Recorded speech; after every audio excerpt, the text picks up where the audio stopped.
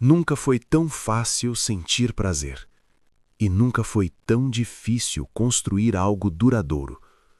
Vivemos numa era em que o alívio está a um clique de distância. Quando o tédio aparece, existe uma tela. Quando a frustração surge, existe distração. Quando o vazio aperta, existe prazer imediato. E isso parece liberdade, mas talvez seja uma armadilha silenciosa. Porque enquanto milhões de pessoas buscam melhorar de vida, trabalhar mais, ganhar mais, crescer, algo invisível está drenando energia, foco e ambição, sem fazer barulho, sem deixar marcas visíveis. Hoje, vamos falar sobre uma relação que quase ninguém gosta de encarar. Não por moral, não por julgamento, mas por consequência. A ligação silenciosa entre pornografia e pobreza. E não estamos falando apenas de dinheiro. Estamos falando de mentalidade, comportamento e do tipo de futuro que se constrói ou se abandona todos os dias, em silêncio.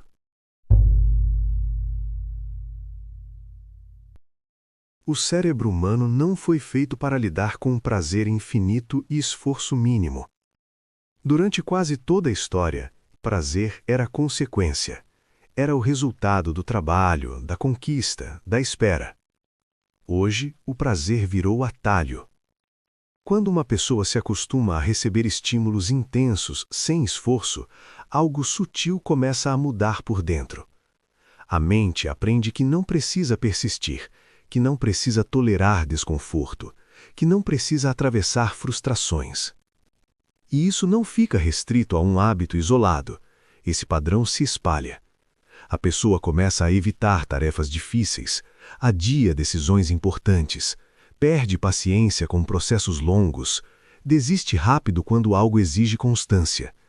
Não porque seja fraca, mas porque foi treinada, sem perceber, a buscar alívio, não construção. E riqueza, em qualquer sentido da palavra, exige o oposto disso. Exige foco quando não há prazer imediato. Exige disciplina quando ninguém está olhando. Exige esforço repetido sem recompensa instantânea. Quando a mente se vicia em estímulos fáceis, o esforço passa a parecer insuportável. E pouco a pouco, a pessoa começa a trocar futuro por alívio. Não conscientemente, mas todos os dias. E é assim que a pobreza começa, muito antes da falta de dinheiro.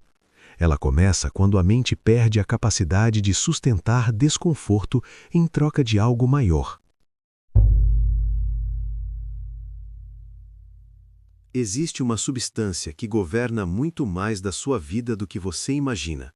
Dopamina. Ela não é o hormônio do prazer, como muita gente pensa. Ela é o combustível da motivação.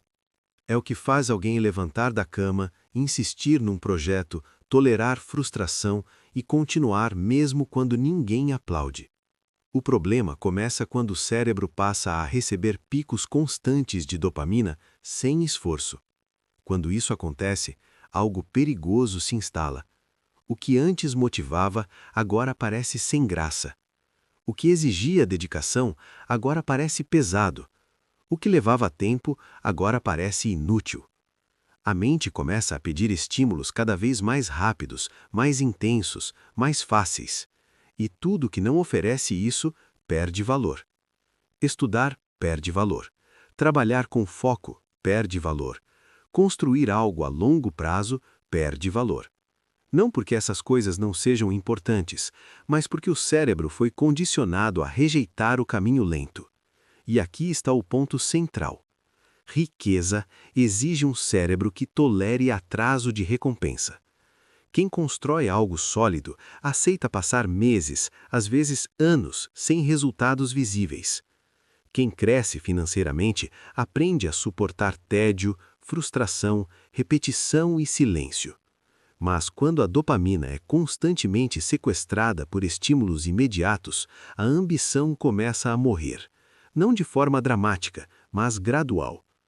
A pessoa ainda sonha, ainda fala em mudar de vida, ainda imagina um futuro melhor, mas age como alguém cansado antes mesmo de começar. E isso cria um ciclo cruel. baixa energia, baixa disciplina, poucas ações consistentes, poucos resultados, mais frustração, mais busca por alívio imediato e o ciclo se repete. Não é falta de inteligência, não é falta de oportunidade, é uma mente sobrecarregada de estímulos que desaprendeu a desejar algo que dá trabalho. E quando a ambição morre, a pobreza não precisa fazer esforço algum para se instalar. Ela apenas ocupa o espaço deixado para trás.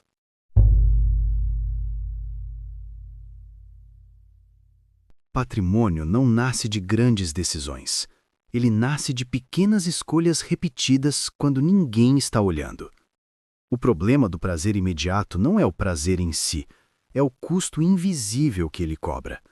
Quem vive buscando alívio rápido costuma negociar o futuro todos os dias, em parcelas tão pequenas que parecem inofensivas. 1 hora menos de foco, um dia a mais de procrastinação, um projeto adiado, uma habilidade nunca desenvolvida, uma oportunidade ignorada porque exigia esforço. Nada disso parece grave isoladamente, mas acumulado ao longo dos anos define destinos. Pessoas que constroem patrimônio entendem algo fundamental. Tempo e energia são recursos finitos, e elas os protegem com zelo quase obsessivo. Já quem vive orientado pelo prazer imediato costuma desperdiçar os dois sem perceber. Não porque queira falhar, mas porque está sempre cansado, disperso, sem clareza. A mente acostumada ao estímulo fácil perde a capacidade de sustentar silêncio. E sem silêncio não há planejamento. Sem planejamento não há estratégia. Sem estratégia não há crescimento consistente. Outro ponto pouco falado. O prazer imediato cria uma relação infantil com a frustração. Qualquer desconforto vira motivo para desistir. Qualquer obstáculo vira sinal de que não é para mim. Qualquer demora vira injustiça. Mas patrimônio exige maturidade emocional. Exige saber continuar mesmo quando não há motivação, mesmo quando é chato, mesmo quando ninguém reconhece. Quem constrói algo sólido entende que o prazer vem depois, não antes. Quem vive buscando prazer antes quase nunca chega ao depois. E há ainda um efeito silencioso, a perda da identidade de construtor. A pessoa deixa de se ver como alguém capaz de criar algo duradouro. Passa a se enxergar apenas como alguém tentando sobreviver ao dia. E quando isso acontece, o dinheiro deixa de ser ferramenta de liberdade e vira apenas meio de alívio temporário. É por isso que a pobreza raramente começa no bolso. Ela começa quando a mente perde a disposição de construir. E quando isso acontece, nenhum aumento de renda resolve, porque o padrão continua o mesmo.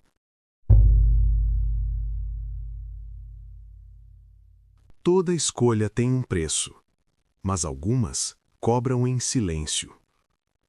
O maior custo de hábitos baseados em prazer imediato não é o que eles mostram, é o que eles roubam sem você perceber. Tempo. Não apenas minutos isolados, mas tempo mental. O tempo em que a mente fica dispersa, cansada, sem clareza. O tempo em que você poderia estar aprendendo algo novo, avançando num projeto, organizando a própria vida, mas está apenas tentando desligar o cérebro. Energia. A pessoa acorda cansada, sem razão aparente, sem grandes esforços no dia anterior, mas o corpo está pesado e a mente lenta. Isso acontece porque estímulos intensos consomem energia psíquica. Eles parecem relaxar, mas na verdade drenam. Drenam a capacidade de concentração, drenam a disposição para tarefas longas, drenam a paciência necessária para construir algo do zero. E então vem o foco. O foco é o primeiro a desaparecer e o último a voltar. A mente passa a pular de uma coisa para outra. Nada sustenta a atenção por muito tempo. Tudo parece entediante rápido demais.